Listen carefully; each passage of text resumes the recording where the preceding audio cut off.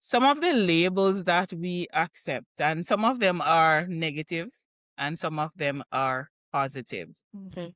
Some of the negative labels that we accept there are single mother. And we say that we label that person a single mother as if it is something to be ashamed of. We label that person a single mother as if she committed the worst sin in the world, so she needs to be put aside. She does not need to be a part of this group here because this is the elite group. This is a pristine group. She doesn't need to be here. Some of the other labels that we accept are, oh, she's just floating around. And I spoke about that in the book, The Floater.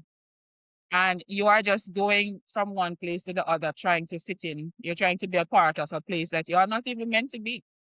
We are trying to follow ideologies that weren't even meant for us. So we just float around from day to day because we are so unsure in our minds that you are meant for more. You were meant to walk in your purpose. You are meant to walk in a room. And when you walk in that room, everybody needs to stop and say, oh my God, her presence, without saying a word. But because we accept these labels from society, we are unable to say, all right, this is not who I am as a person. I am going to show you that I can do more. Right. And I'm going to come back to your question, but one of the things that we also look at too, and I'm talking about leadership a little bit now, not so personal, we have this thing we call the DISC assessment, right? And the DISC is DISC. And the D in DISC, it says you're a dominant person. And it gives you some descriptions as to what this dominant personality is. And I did that because I'm also a DISC trainer. I also did that assessment and I came out as a DI. So I'm a dominant person. And when you look at those labels, if you accept what they are, believe it or not, you will go out there in the world of work or in your personal life and begin to live those labels because you're believing them. But the intent of that is to use the information to see how you can make yourself better. It's not to accept it. It's similar to what these zodiac signs. I'm a Gemini and oh my God. Yeah, she's a Gemini. That's why she behaves like that. She's dominant. She is she talks over you. She thinks she knows it all. Because I'm labeled like that too. I'm a know-it-all. I'm not a know-it-all. I just don't accept everything that you say. Because I have an opinion. I have a brain that works. Yeah. We accept labels as if we're not enough. You don't fit in here. This space is not for you. We accept labels based on the name that we carry or surname because your name is not one of those names that are known. For example, you in Jamaica, and the chins and all of those. If you have those surnames, you are labeled as being the it of society, or you are seen as being rich and wealthy and the rest of it. But you may be poor in so many other things, in personality and character. So we accept some of these labels because it makes society think or feel, or you feel as if you will fit in. It puts you at a place where this is where you need to perform because this is how you are seen and society has given me this label already. So I will just accept it as what it is. Yep. And us accepting those labels, they limit our beliefs of ourselves. It forces us into a corner.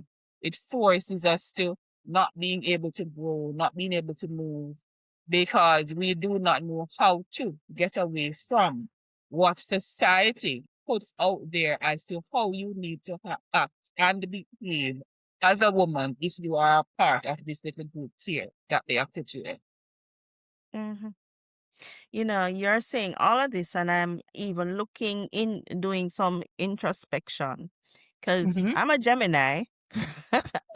And yes, people do think, even my family think, she's a little know-it-all. And Yes. I do try to, tame that instinct to say things even if I know Right? I'm doing something wrong, just to Yeah. simply let there be peace, Lord, in the Mm-hmm. home. So I've done that. I've done that even in the workplace. So I've Right. also had to deal with being a single mother.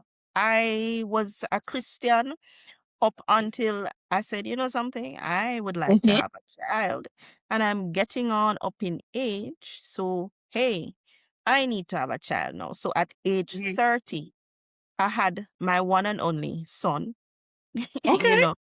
And then I was looked at, it was surprising because even in my family, I was 30, but they were still looking at me as the younger one, the little one. You understand? And she has a profession. She is educated. She has a certain amount of education. She should know better, as if I was 16 years old, Yep. you know? So I find that sometimes we wrestle against not only society, but our family's We concept of do. who we should be, you Yes. know? And we have to wrestle against it. Not that we don't want to be a part of society, because being a part of something is critical to It is. human development. But Thashana, tell me, how do you create the balance between being yourself and not Mhm. outing yourself totally out of society Mhm. because of your difference? You obviously probably have a calling on your life why you're looked at as different. Yeah. You're probably a leader, and because of this difference, you can be outed, you can be ostracized for that. Could You you are. expound on my mouthful? All right. This, So it's not balance that you need, is synergy. okay, And synergy. for the persons who sit through any leadership program that I have done or any group counseling, anything like that, I always say to you, when you talk about balance, it means that you're giving everything 50-50 because you only have 100%. So you are giving everything 50-50, and that is not sustainable. So you cannot give everything 50-50. So you have to, one of the things that I did, and as I said, when I was going through my moments of trying to identify me, who is Thashana? And not Thashana Burton, not Thashana Thomas, but who was Thashana. Because even the surname itself is a label. And persons may think that's a crazy thought. It's not. Because your surname itself, it is a label. Because people will judge you based on the surname that you carry. Yeah? So you need to find synergy. So one of the things that I did, and I still do, identify what are the mission critical things in your life. So sometimes you have to look at your life the way you look at organizations, the way you would lead an organization. What are the mission critical things in your life that if these things are not present, then you're not living, you're just existing. Identify those things. And those things are the top of your list. And then you work your way down. And then you try to give those things a rating. You triage, yeah? And after you do your triage, you say, all right, these are the things that need support now, and then these are the things I can do later. And those are the things that will bring support to the foundation, right? You have to learn how to function within the situation that you are in and still remain you. So one of the things that we need to learn how to do is how to compartmentalize. My And boss and can I I, had, 1 minute, uh, can I just say compartmentalizing is almost male. It's not a female. What It's not considered female to oh just, really? I yes. I can You don't teach you think so? different. No, I don't believe that. I really do not believe that because that is a Because, skill that I learned. How okay. to compartmentalize, how to separate things and events in my life. I had a conversation with my supervisor a few weeks ago about something at work, and she asked me how I feel about it. And I said, I don't have any feeling or any emotions towards it. They said, that's work. I know I have a responsibility to do what is required, but there is no emotion attached to that because my emotions are left for things that I need to put psychological energy into because it's going to put something back into me. The only thing I get from work is a salary, not satisfaction. Yep. So, and a lot of things in our lives that we attach ourselves to, the only thing it gives to us is a moment of a good feeling, and that's it. It does not live beyond the moment. And that's what work is. Work is the moment, and then it's done. And a lot of other things are like that. Friends too. Because some of But us put don't this. But don't you think we as females, we jump right into to stuff and we get emotionally caught up and involved? A lot of us. I Yes, used to, not anymore. And this is why people that's think I'm true. unapproachable. I'm not unapproachable.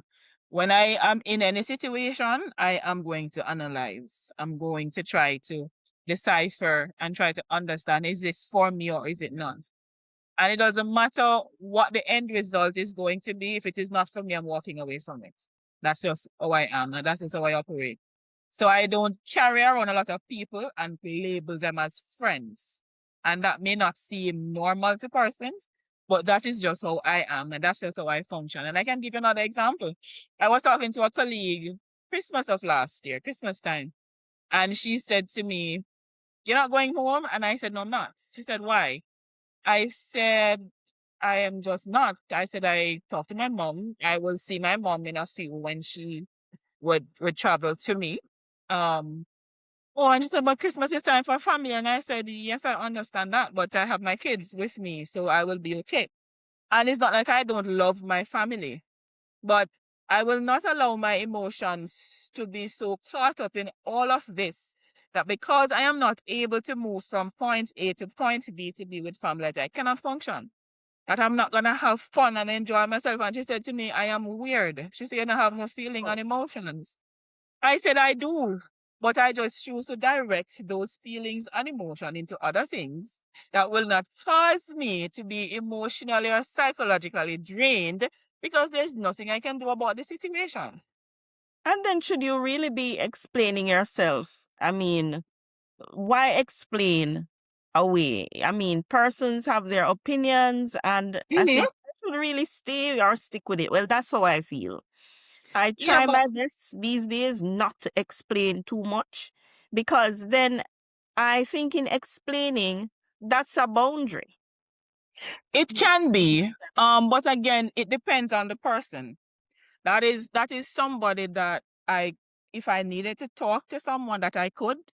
And if Okay. she wants to talk to someone about something that she can't talk to someone else with, then she would call me and we would have that conversation, and that's it. So it depends on who it is, because I'm not an explainer. I'm not a pleaser either. That's one of the labels that we walk. I'm not a pleaser. I'm not an explainer, but there are persons that I consider, and I don't label them as friends. They are just people that if I need to have a conversation with someone about something, I can bounce it off them, and they would do the same thing with me, and that's it. Okay. Yeah. All right. So back to our ladies now. How Mhm. do labels shape behavior? Say, for example, if a woman has been called Mhm. not enough for years, how does that belief begin to show up in the way she lives? So that, we can Yes. identify. All right. So one of the things we do is we try to identify persons who we think are similar to who we are. And when we do that, we try to mimic their behavior. Yeah. Because we are of the opinion that because you labeled me not enough, or because you labeled me a people pleaser, I'm gonna find someone who is a people pleaser and then I'm gonna emulate, especially if it is someone that is prominent. But one of the places we tend to go first is social media, not realizing that these people are putting on a life out there that is not their real life. And we try to pull on those things and try to use that to determine who we ought to be or what we are supposed to do. So that is one of the first things we do. One of the second things we do is we convince ourselves in our minds, almost like post-traumatic stress disorder, where we put ourselves in our mind in that situation so it cannot come out, doesn't matter what we do. We're literally, a lot of women literally need to go through some amount of talk therapy to get those things out of their minds and out of their head so their thinking can be liberated. Yeah, we put it in our head and then we allow that to define who we are as a person. We apologize for every little thing we think we did that is wrong to this person who has given us that label. And if every time you tender that apology, that is coming from a place of trauma and fear. That's not because you are genuine, just because you're afraid of what their reaction is going to be because you are stepping outside of that box that they have created for you. Yeah. So those are some of the things that we do, right? So they will say to you, oh, you are the strong one. You're quiet. You're a pleaser. You are not enough. You're not doing enough. Or the new one is, what do you bring to the table? Yes. Okay. And then we sit down and begin to ask ourselves, what do we bring to the table? What do he's asking? Oh, he's bringing in more money. So what? That is what he's there for. You are meant to be the nurturer. He's meant to be the provider. So you are bringing to the table love, affection, care. He will buy the house, but you're making it into a home. He's not making it into a home. You are the one doing the decor. You are taking care of the kids. You are doing the laundry. You are doing the dishes. You're making sure that he has a clean clothes for tomorrow morning to go to work. So we have to find ways how to ensure we are valuing ourselves first before we want others to place value on us. Because the value they place on us is going to be equivalent to the value that we place on ourselves. Okay. So what does healthy self-talk sound like? Oh my God. Healthy self-talk is one of the greatest things to do. And sometimes my youngest son will sometimes come and say, Mommy, you're talking to yourself again. And I say, yes, I am, because it's something that I do. And he will see the expression on my face because it's like an entire board meeting is going on here with multiple attendees and they have different opinions about everything. Self-talk looks like what we call or what we label affirmations. And this is you looking at yourself and admitting that you have grown, admitting that you are better today than you were yesterday. And it's not just self-talk, it's also action. Not competing with anyone, but I'm competing with what I did yesterday to see if I only moved 2 books yesterday, can I move 3 today? And my benchmark is me. It's not anyone else around me. Yep. That self-talk with yourself is not forcing yourself out of bed in the mornings, but getting up with purpose, vision, and passion and saying, I am going to do my best today. And whatever that best looks like, give yourself grace. And you're going to tell yourself that regardless of what I do today, I will allow myself some amount of grace because I did the best that I could. And that is why journaling is important. That is why journaling works. That is why journaling helps.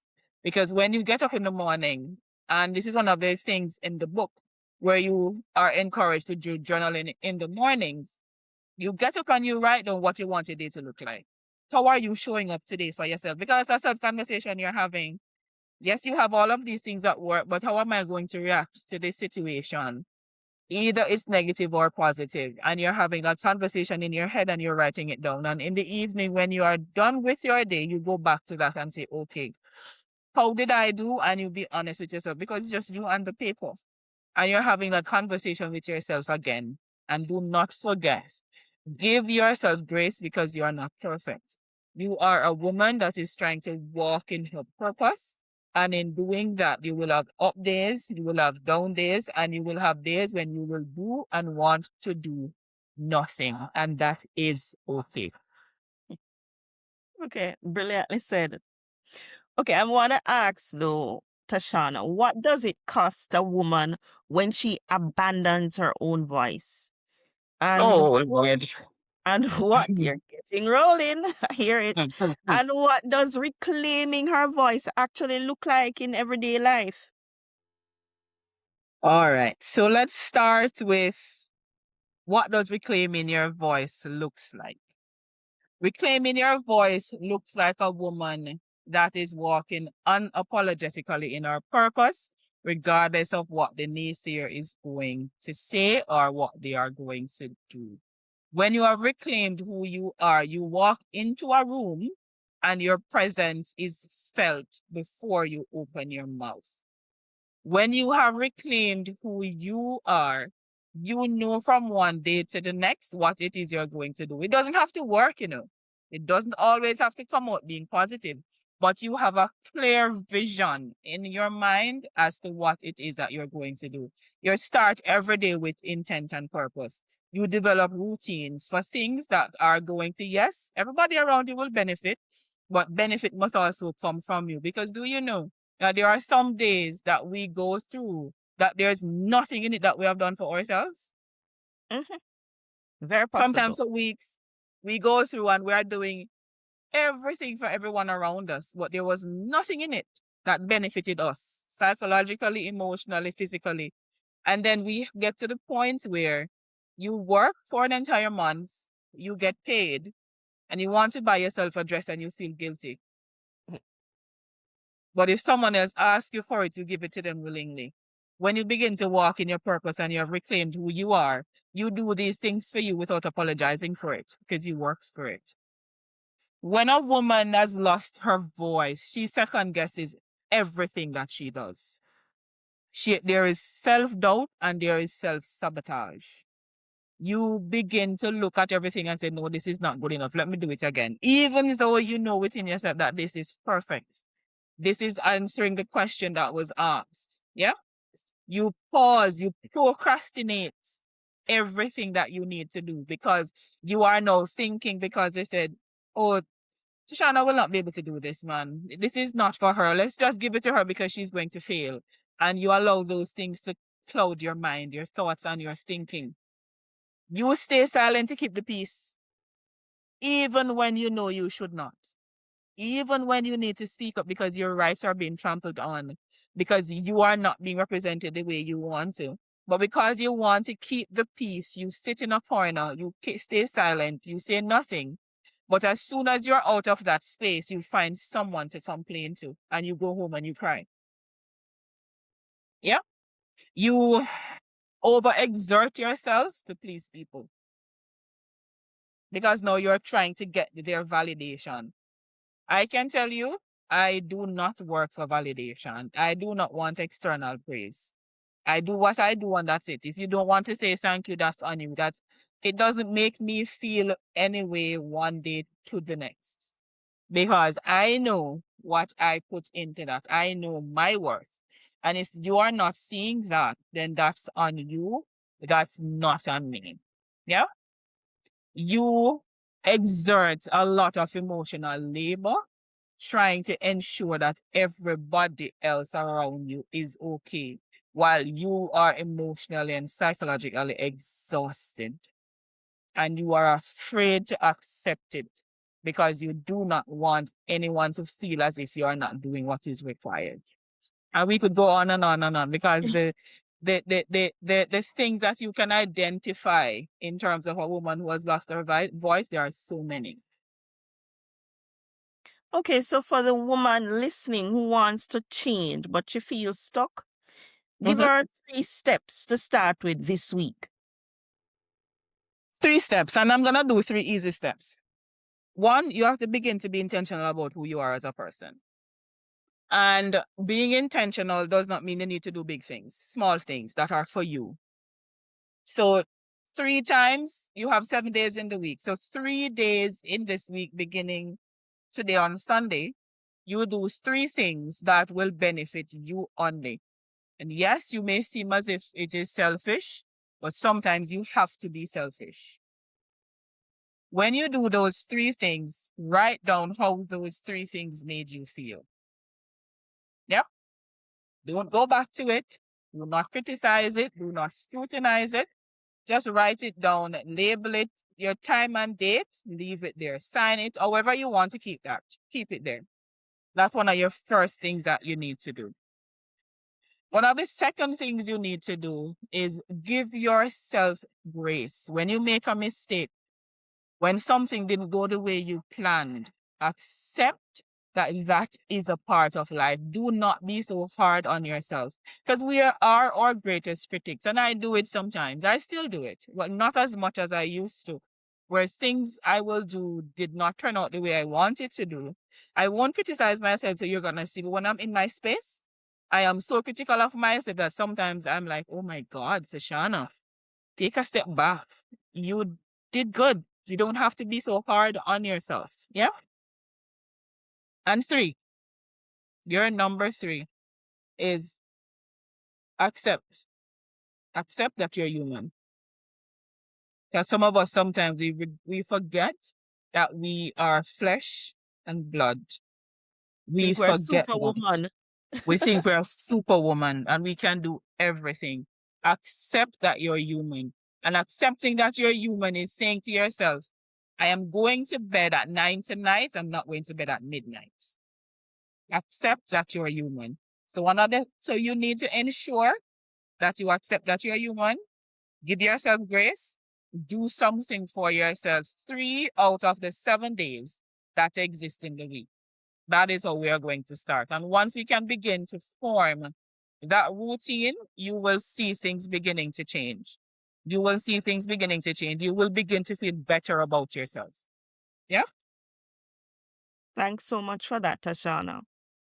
Now we are at the Queen Bee segment, whereby women, we Mm-hmm. have to highlight our women. We have to big them up.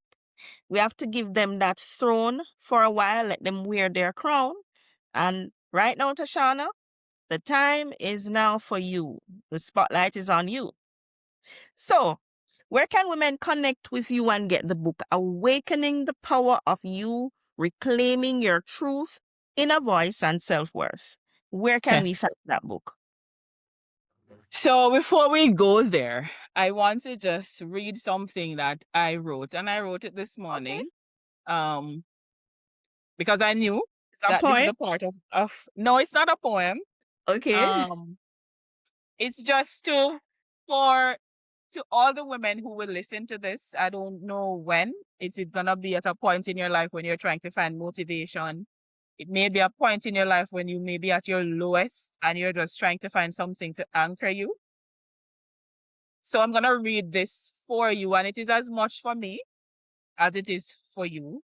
It is actually a part for a devotional that I'm trying to develop, that I'm just in its infancy stages. So big up to the women who keep going, even when no one sees the weight you carry. Because we carry weight and people don't see it because we hide well.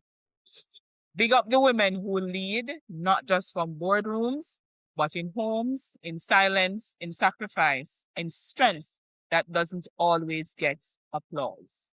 Big up the women who had to learn the hard way and still chose softness, still chose growth, and still chose themselves.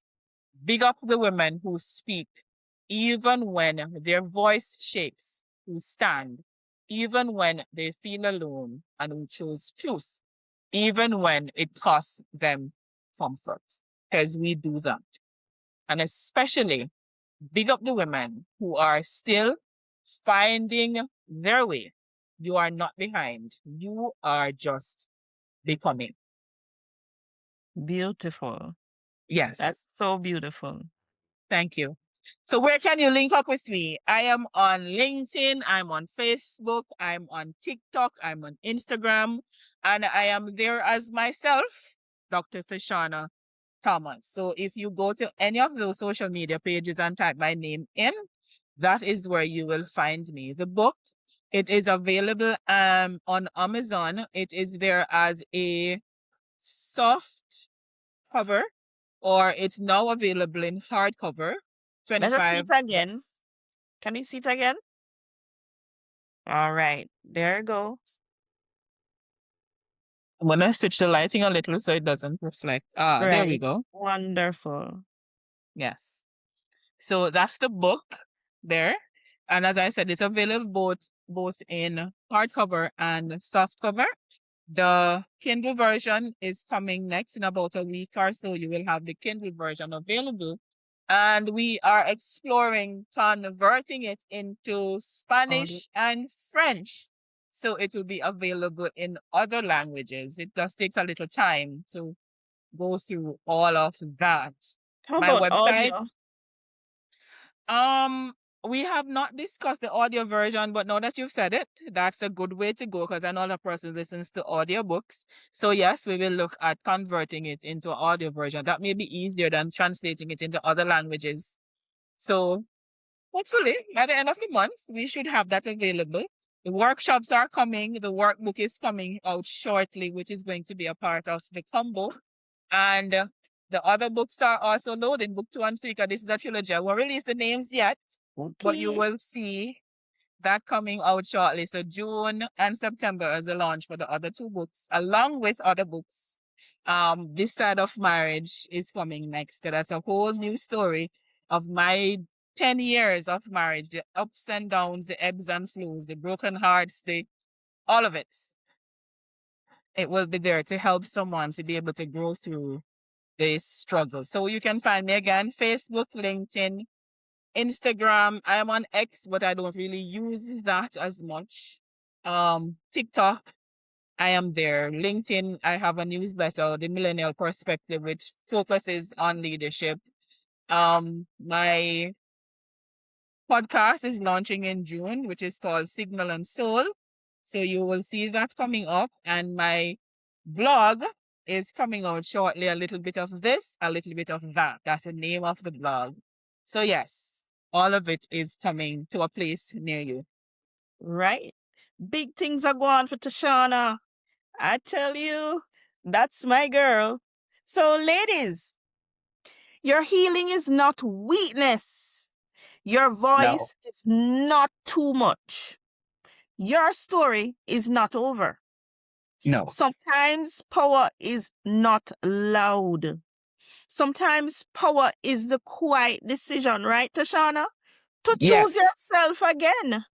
Yes. So if today's conversation stirred something in you, I don't want you to just move on and accept the self-doubt, the negative self-thought that, this is just life. The W.E.T Show is building a private mentorship circle. It's structured, accountable, deeply transformational work for women ready to enter into that phase of healing in their life. Because this is just the tip of the iceberg. Let's get deeper and build a legacy from wholeness. So just fill out the form. The link is in the description below, and we can contact you with further updates. This is the W.E.T Show, where we celebrate her story, her healing, and her becoming. I'm Hattyc, and until next time, woman, empower thyself.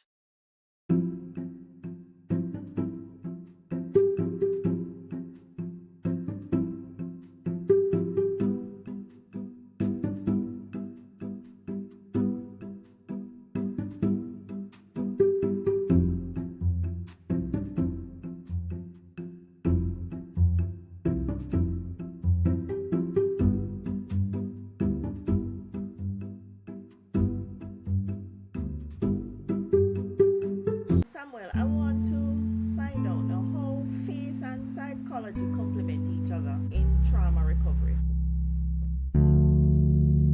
Next on the W.E.T Show. A lot of schools of thought have started to separate spirituality, faith, and psychology. I am not from any of those schools of thought. I do believe that there are times in our lives when we cannot just rely on our inner strength. We have to rely on something that is bigger than us, right? I'm not going to tell anyone who that person should be. For me, it is the Christian God, the triune God. And when you find a sense of spirituality that is grounded, it helps to build a sense of resilience, because when everything else is failing, you're able to say that this will not fail. This Father will not fail.